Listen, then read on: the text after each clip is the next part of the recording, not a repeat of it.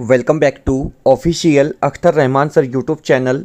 एक नए वीडियो में आपका फिर से बहुत बहुत वेलकम है दोस्तों।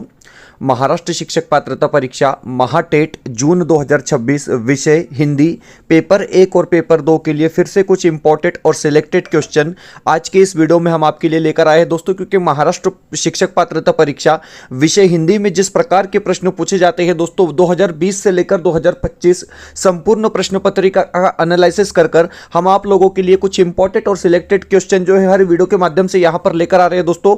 वीडियो नंबर 18 आज हम देखने वाले हैं। इसके पहले ऑलरेडी दोस्तों हम अपने 17 वीडियो जो है 2026 की परीक्षा के लिए हमारे प्लेलिस्ट पर अपलोड कर चुके हैं। आप वहां से जाकर देख सकते हैं दोस्तों पेपर 1 और पेपर 2 के लिए। क्योंकि मैं आपको बता रहा हूं कि सर्वश्रेष्ठ प्रश्नों का सिलेक्शन जो है हमारे हर वीडियो के माध्यम से हम आपके लिए कर रहे हैं दोस्तों। तो चलिए वीडियो में आगे बढ़ते हैं।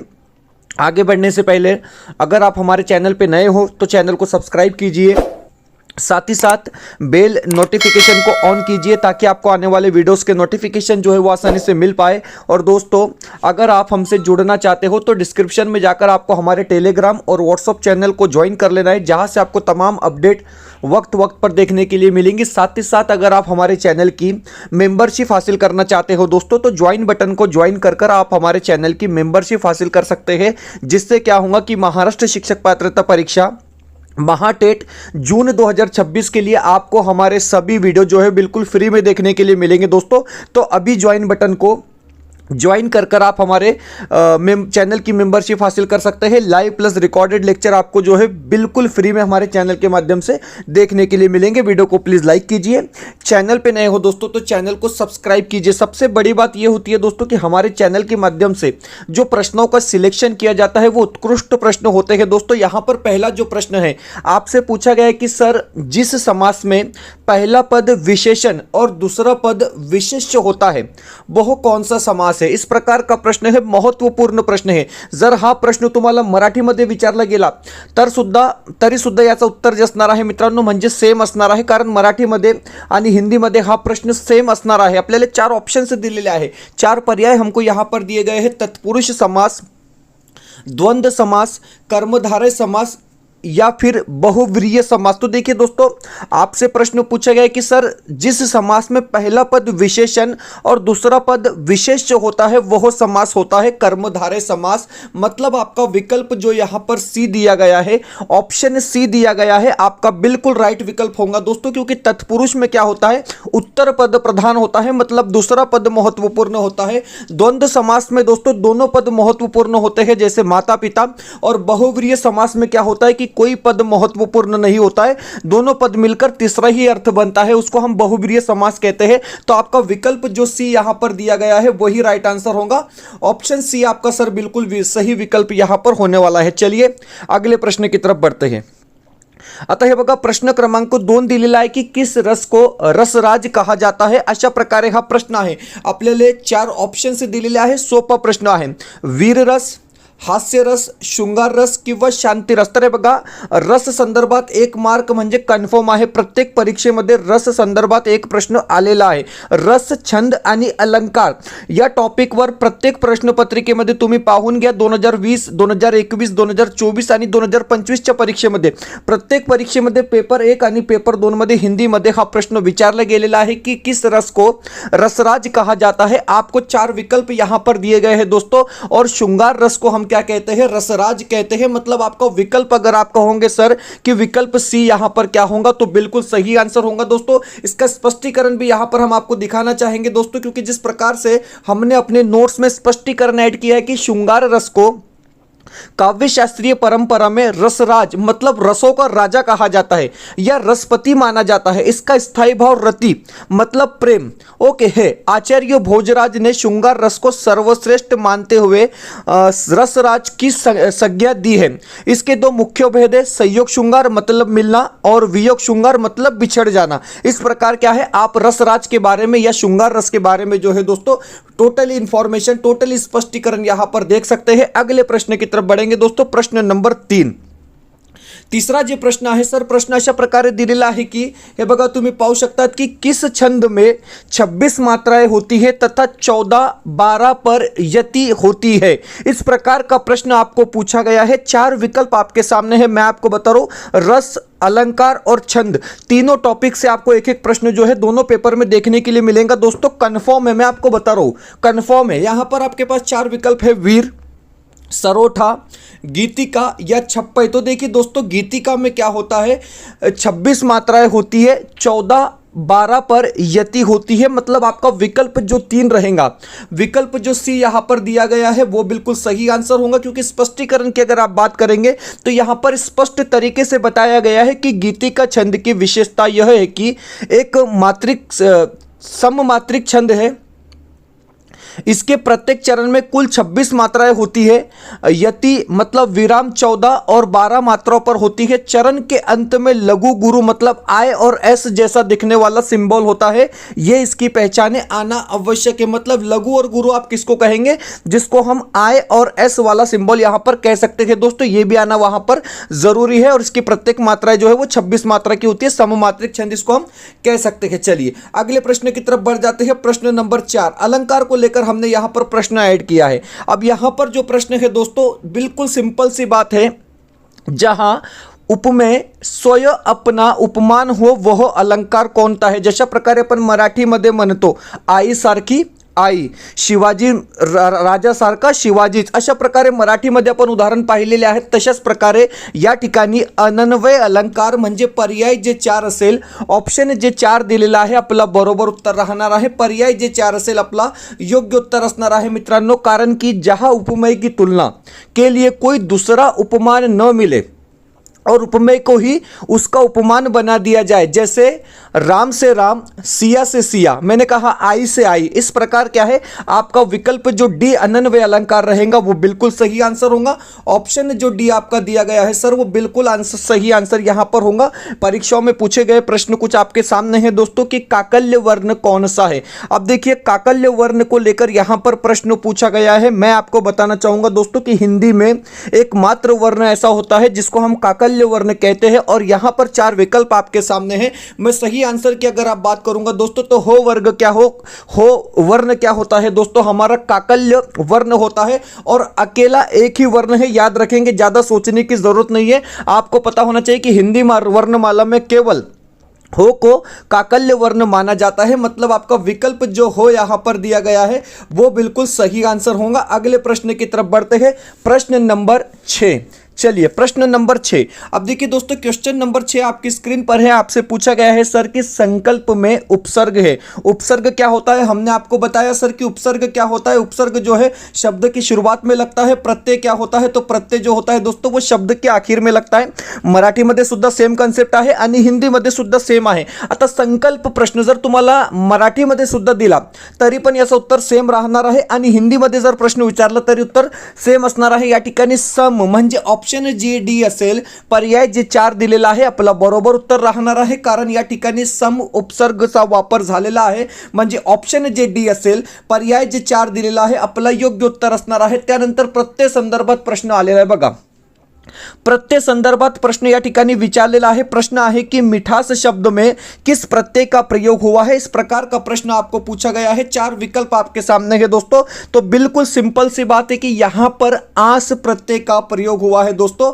आस प्रत्यय का प्रयोग हुआ है, मतलब आपका ऑप्शन जो 3 यहां पर दिया गया है बिल्कुल सही होगा। आपका ऑप्शन जो 3 यहां पर रहा है दोस्तों वो बिल्कुल सही विकल्प यहां पर क्या है होने वाला है। चलिए बढ़ते हैं अगले प्रश्न की तरफ। अब देखिए अगर इस प्रश्न को मैं मराठी में पढ़ूंगा तो प्रश्न किस तरीके से बनेगा कि सर यथासंभव या शब्दामध्ये कोणता समास आहे, अशा प्रकारे मराठीमध्ये हा शब्द तयार होणार आहे। आणि उत्तर जे असेल तत्पुरुष कर्मधारय बहुव्रीहि किंवा अव्ययीभाव, मराठीमध्ये सुद्धा सेम उत्तर या ठिकाणी असणार आहे। आपल्याला 4 पर्याय दिलेले आहे आणि प्रश्न हिंदीमध्ये विचारलेला आहे कि सर यथासंभव में कौन सा समास है। आपको 4 विकल्प यहाँ पर दिए गए दोस्तों। और मैंने आपको क्या कहा कि यहाँ पर यथा उपसर्ग भी आ रहा है, अव्यय भी आ रहा है दोस्तों। तो सीधी सी बात है, जहां पर प्रथम पद प्रधान होता है वह होता है अव्ययीभाव समास। जहां पर प्रथम पद प्रधान होता है वो होता है अव्ययीभाव समास। जहां पर दूसरा पद प्रधान होता है वो होता है तत्पुरुष समास, जहां पर पहला शब्द विशेषण और दूसरा शब्द विशेष्य होता है वह होता है कर्मधारय समास। और जहां पर कोई पद महत्वपूर्ण नहीं होता, तीसरा ही अर्थ निकलता है, उसको हम बहुव्रीहि समास कहेंगे दोस्तों। तो यहां पर आपने कहा कि सर यथासंभव में कौन सा समास है, तो अव्ययभाव समास आपला बरोबर उत्तर राहणार आहे। ऑप्शन जे डी दिलेला आहे, पर्याय जे 4 दिलेला आहे, आपला योग्य उत्तर असणार आहे। पुढचा प्रश्न म्हणजे प्रश्न क्रमांक 9। 9वा जे प्रश्न है सर, प्रश्न अशा प्रकारे दिलेला है कि निम्नलिखित शब्दों में से स्वर संधि को पहचानिए। अब देखिए दोस्तों, संधि को लेकर प्रश्न यहां पर पूछा गया है। आपके पास 4 विकल्प है और आपसे पूछा गया कि सर स्वर संधि कौन सी है। बिल्कुल सिंपल सी बात है। तो देखिए, अगर आप बात करोगे सर यहां पर उज्ज्वल की, तो उत प्लस ज्वल हो रहा है, मतलब व्यंजन संधि होती है।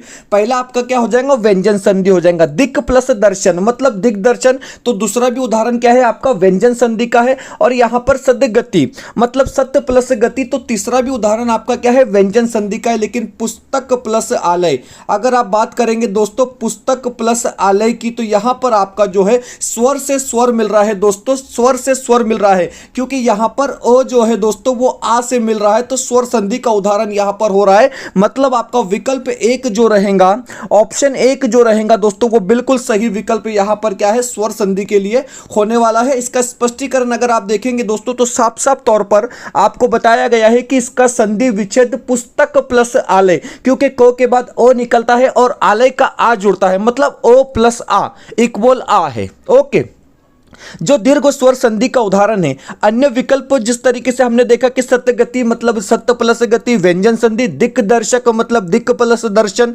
व्यंजन संधि, उज्ज्वल मतलब उत प्लस ज्वल मतलब व्यंजन संधि, तो बिल्कुल सीधे सीधे तौर पर पुस्तकालय क्या है आपका स्वर संधि का उदाहरण दिया गया है। अगला प्रश्न है दोस्तों, प्रश्न इस प्रकार पूछा गया है कि शुद्ध वर्तनी चुनिए।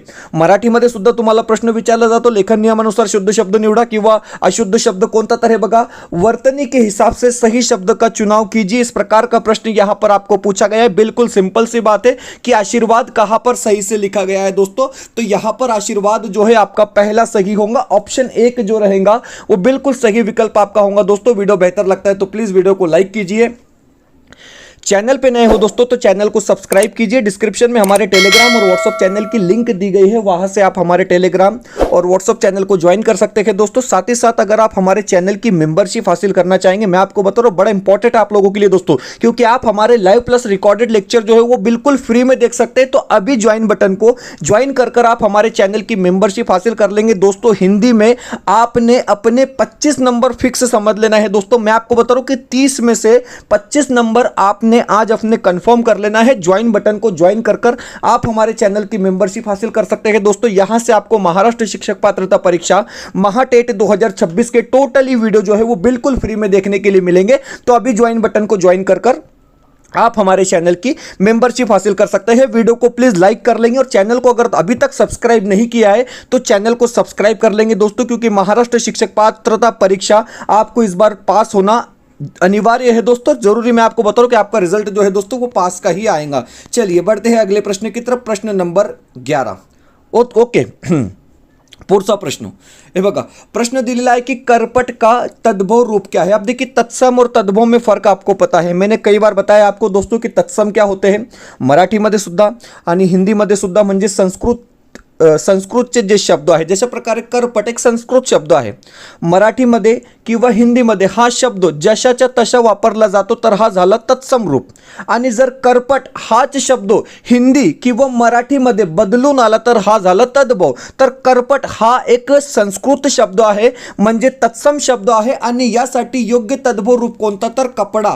करपट का अर्थ क्या होता है, कपड़ा होता है। मतलब आपका विकल्प जो डी रहेगा, ऑप्शन जो डी दिया गया है दोस्तों वो बिल्कुल सही है। करपट एक संस्कृत शब्द है, इसको हम तत्सम शब्द कहेंगे, और तद्भव रूप इसका होता है दोस्तों कपड़ा, क्योंकि संस्कृत से बदलकर फिर हम इसको हिंदी में यूज कर रहे हैं, तो हम इसको क्या कहेंगे, कपड़ा कहेंगे। ऑप्शन डी जो रहेगा आपका बिल्कुल सही विकल्प होगा। अगले प्रश्न की तरफ बढ़ते हैं, प्रश्न नंबर 12। 12वां प्रश्न दिया गया है कि सर चारपाई डैश डैश शब्द है। अब देखिए चारपाई कौन सा शब्द है, रूट शब्द है, यौगिक शब्द है, योग रूप शब्द है, या फिर अर्थ तत्व शब्द है। इस प्रकार आपको चार विकल्प दिए गए हैं दोस्तों। और चार पाई होता है दोस्तों, मतलब बहुव्रीहि समास के जो शब्द होते हैं वो अक्सर योग रूढ़ में आते हैं। बात को आप समझेंगे, मतलब आपका विकल्प जो डी यहां पर दिया गया है, ऑप्शन जो डी दिया गया है वो बिल्कुल सही होगा दोस्तों। कुछ टेक्स्ट हम आपके सामने लाएंगे, इसको लेकर आप समझ पाएंगे आसानी से, क्योंकि जो स्क्रीन पर चीजें होती है तो फिर चीजें आसानी से हम समझ पाते हैं। यहां पर आपको बताया गया है कि योग रूढ़ वे शब्द है जो शब्द के मेल से बनते हैं, मतलब दो शब्द के मेल से बनते हैं, ठीक है, यौगिक होते हैं, लेकिन उनका अर्थ किसी विशेष वस्तु के लिए निश्चित रूढ़ हो जाता है। जैसे कि पॉइंट नंबर 2 आप देख रहे हैं कि चारपाई का शाब्दिक अर्थ है चार पैरों वाली, लेकिन यह शब्द केवल खाट के लिए इस्तेमाल होता है। हर चार पैर वाली चीज जैसे कुर्सी या मेज को चारपाई नहीं कहते हैं। इसको हम इसलिए क्या कहेंगे दोस्तों, यौगिक। यहां पर आपका योग रूढ़ शब्द होना चाहिए। एक मिनट, वो शब्द जो दो शब्दों मेल से बनते हैं यौगिक कहते हैं, लेकिन उनका अर्थ किसी विशेष वस्तु के निश्चित रूढ़ हो जाता है। चारपाई का शब्द शाब्दिक अर्थ है चार पैर वाली, लेकिन वह केवल खाट के लिए इस्तेमाल किया होता है। हर चार पैर वाली चीज जैसे कुर्सी या मेज को चारपाई नहीं कहते। तो योग रूढ़ शब्द यहां पर इसका सही जवाब दिया गया है, लेकिन यहां पर यह बता रहा है यौगिक दोस्तों, ठीक है। इसका ऑप्शन 3 सही रहेगा। चलिए अगले प्रश्न की तरफ बढ़ते हैं। प्रश्न नंबर 13। 13वां प्रश्न क्या है आपकी स्क्रीन पर? 13वां जो प्रश्न है आपको दिया गया है कि अभिज्ञ अनभिज्ञ शब्द का सही अर्थ बताइए। तो देखिए, अभिज्ञ का अर्थ क्या होता है और अनभिज्ञ का अर्थ क्या होता है, ये शब्द युग्म का जोड़ा होता है दोस्तों। इस प्रकार का एक प्रश्न आपको हर परीक्षा में पूछा जाता है। तो देखिए, अभिज्ञ का मतलब होता है जानकार और अनभिज्ञ का मतलब होता है ना जानकार, जिसको कुछ पता नहीं है। मतलब आपका विकल्प सी यहां पर क्या है दोस्तों, सही हो जाएगा। ऑप्शन सी आपका बिल्कुल राइट विकल्प यहां पर रहेगा दोस्तों। अगला प्रश्न आपकी स्क्रीन पर है। प्रश्न पूछा गया है कि भुजंग का पर्यायवाची शब्द नहीं है। अब देखिए, भुजंग क्या होता है? भुजंग होता है सांप, भुजंग होता है नाक, डसने वाला, ठीक है। उसके पर्यायवाची शब्द कौन सा है और कौन सा नहीं है? अब देखिए, भुजंग मतलब सांप, मैंने आपको बता दिया। व्याल मतलब सांप, सर्प मतलब सांप, पन्नग मतलब सांप, लेकिन गरुड़ जो है दोस्तों ये भुजंग का पर्यायवाची शब्द नहीं है। म्हणजे भुजंग या शब्दासाठी योग्य पर्यायवाची शब्द गरुड नाही, समानार्थी शब्द गरुड नाही। तर ऑप्शन जे 2 दिलेला आहे, पर्याय जे 2 दिलेला आहे आपला योग्य उत्तर असणार आहे। ऑप्शन जे 2 असेल आपला बरोबर उत्तर राहणार आहे। पुढचा जे प्रश्न आहे, प्रश्न अशा प्रकारे दिलेला आहे की भौतिक का विलोम शब्द, विलोम शब्द म्हणजे विरुद्धार्थी शब्द, तुम्हाला माहित आहे। आता या ठिकाणी भौतिक या शब्दासाठी योग्य विरुद्धार्थी शब्द कोणता? प्रश्न अशा प्रकारे विचारलेला आहे। आपल्याला 4 पर्याय दिलेले आहे, आध्यात्मिक, दार्शनिक, सांस्कृतिक किंवा राजनीतिक। तर हे बघा, भौतिक या शब्दासाठी जे योग्य विलोमार्थी शब्द असणार आहे किंवा विरुद्धार्थी शब्द असणार आहे ते असणार आहे आध्यात्मिक। आध्यात्मिक का अर्थ क्या होता है? इसका अर्थ होता है दोस्तों आत्मा या परमात्मा से संबंधित। आध्यात्मिक का अर्थ क्या होता है? आत्मा या परमात्मा से संबंधित। जबकि भौतिक का अर्थ होता है, भौतिक का अर्थ है दोस्तों संसार या शरीर से संबंधित वस्तुएं। ओके, इस प्रकार जो है आप इसका स्पष्टीकरण यहां पर देख सकते हैं जिस प्रकार बताया गया है। आप देखेंगे दोस्तों कि भौतिक मतलब फिजिकल, इसका अर्थ संसार या शरीर से संबंधित वस्तुएं होता है, जबकि आध्यात्मिक इसका अर्थ आत्मा या परमात्मा से संबंधित होता है। दोस्तों, महाराष्ट्र शिक्षक पात्रता परीक्षा महाटेट 2026 के लिए हमारे अपडेट नोट्स अवेलेबल है दोस्तों। पेपर 1 और पेपर 2 के लिए 3 विषय यहां पर आपके सामने है दोस्तों। मैं आपको बता रहा हूं कि हिंदी, मराठी और बाल मानसशास्त्र के अपडेट नोट्स आपको यहां पर सिर्फ 399 रुपये में दोस्तों पीडीएफ के स्वरूप में मिलने वाले। जेरोक्स कर आप इसको पढ़ सकते हैं दोस्तों। जितने क्वालिटी और जितने बेस्ट ये नोट्स है दोस्तों, मैं डेफिनेटली बता रहा हूं कि इसको पढ़ने के बाद कोई बच्चा परीक्षा में फेल नहीं होगा। इस बात की हम आपको गारंटी देते हैं दोस्तों, क्योंकि 3 ही नोट्स हमने तैयार किए, इतना ही वक्त मिला है दोस्तों। और पेपर 1 और पेपर 2 दोनों पेपर के लिए ये यूज होंगे। और मैं आपको बता रहा हूं कि कम से कम 90 में से 70 मार्क आपने यहां से हासिल कर लेना चाहिए। हिंदी, मराठी और बाल मानसशास्त्र 90 मार्क्स के ये नोट्स है दोस्तों। 90 में से 70 मार्क आपको यहां पर मिल जाना चाहिए। हमारा 82 का और 90 मार्क्स का पासिंग होता है जनरल कैटेगरी में। तो बाकी 60 में से आपको 20 ही नंबर निकालने, क्योंकि इतने अच्छे नोट्स हमने यहां पर बनाए दोस्तों। स्क्रीन पर एक व्हाट्सएप नंबर दिया गया है, इस नंबर पे कांटेक्ट कर आप इसको परचेस कर सकते हैं दोस्तों। सिंपली आपको व्हाट्सएप पर हाई करना है, आपको स्कैनर दिया जाएगा, उस पर पेमेंट करने के बाद स्क्रीनशॉट भेजिए, तुरंत आपको ये नोट्स मिल जाएंगे दोस्तों। इसको जेरोक्स कर आप क्या है पढ़ सकते हैं। मतलब बहुत ज्यादा खर्चा करने की आपको जरूरत नहीं दोस्तों, कोई क्लास लगाने की आपको जरूरत नहीं। मैं आपको बता रहा हूं कि इतना कर आप देख लेंगे एक बार, फिर आपको पता चलेगा दोस्तों। वैसे भी हमारे जो रिजल्ट रहे रिसेंटली जो सीटेट और टीएटी की, तो आप लोगों को पता है दोस्तों कि कितने बच्चे, हमारे हजारों बच्चे पास हुए। तो मैं आपको बता रहा हूं कि इतने क्वालिटी और बेस्ट नोट्स है दोस्तों कि इसको पढ़ने के बाद कोई बच्चा मुझे नहीं लगता कि फेल होगा, क्योंकि हिंदी और मराठी में सीधे सीधे तौर पर हमारा कॉम्बिनेशन है दोस्तों, 50 मार्क हमको लेने हैं 60 में से, और वो डेफिनेटली आपको मिल भी जाएंगे क्योंकि हमारा जो पिछला रिकॉर्ड रहा है दोस्तों उसी बेस पर हम बात कर रहे हैं। और हिंदी की प्रश्न पत्रिका आपकी ऐसी आएंगी दोस्तों 25, 26, 27 नंबर जो है आप आराम से जो है हमारे चैनल के माध्यम से हासिल कर सकते हैं। आपको हिंदी के लिए तो कहीं पर जाने की जरूरत नहीं है। अगर आप इसमें से कोई एक या कोई 2 नोट्स परचेस करना चाहते हो तो मराठी, हिंदी या बाल मानसशास्त्र, तो वो भी आप क्या है दोस्तों परचेस कर सकते हैं। आपको व्हाट्सअप नंबर दिया गया है, इस नंबर पे कांटेक्ट कर क्या है दोस्तों आप इसको परचेस कर सकते हैं। वीडियो को प्लीज लाइक कर लेंगे और चैनल को सब्सक्राइब कर लेंगे। चलिए बढ़ते हैं अगले प्रश्न की तरफ। प्रश्न नंबर 16वां प्रश्न दिलेला आहे की कौन सा समुच्चयबोधक अव्यय आहे। म्हणजे समुच्चयबोधक का काम क्या होता है दोस्तों, 2 वाक्यों को जोड़ना। जैसे कि 2 वाक्यों को जोड़ा जाता है जब जाकर संयुक्त वाक्य बनता है। म्हणजे मराठीमध्ये आपण जशा प्रकारे उभयान्वी अव्ययी असतो, म्हणजे 2 वाक्य किंवा 2 शब्दांना जोडणाऱ्या अव्ययांना आपण उभयान्वी अव्ययी असे म्हणतो, तर तशाच प्रकारे समुच्चयबोधक अव्यय हिंदीमध्ये असतात। आता या ठिकाणी समुच्चयबोधक अव्यय नाही अशा प्रकारे हा प्रश्न आहे। आपल्याला 4 ऑप्शन्स दिलेले आहेत, तर हे बघा अर्थात समुच्चयबोधक अव्यय आहे, अंत आहे वो समुच्चयबोधक अव्यय आहे, अथवा समुच्चयबोधक अव्यय आहे परंतु आजन्म या ठिकाणी समुच्चयबोधक अव्यय नाही, म्हणजे पर्याय जे डी असेल, ऑप्शन जे डी दिलेला आहे आपलं बरोबर उत्तर राहणार आहे। पुढचा प्रश्न, प्रश्न क्रमांक 17वां प्रश्न आहे की प्रधानमंत्री बाढ़ग्रस्त क्षेत्रों का दौरा करेंगे, क्रियापद याद रखेंगे, करेंगे।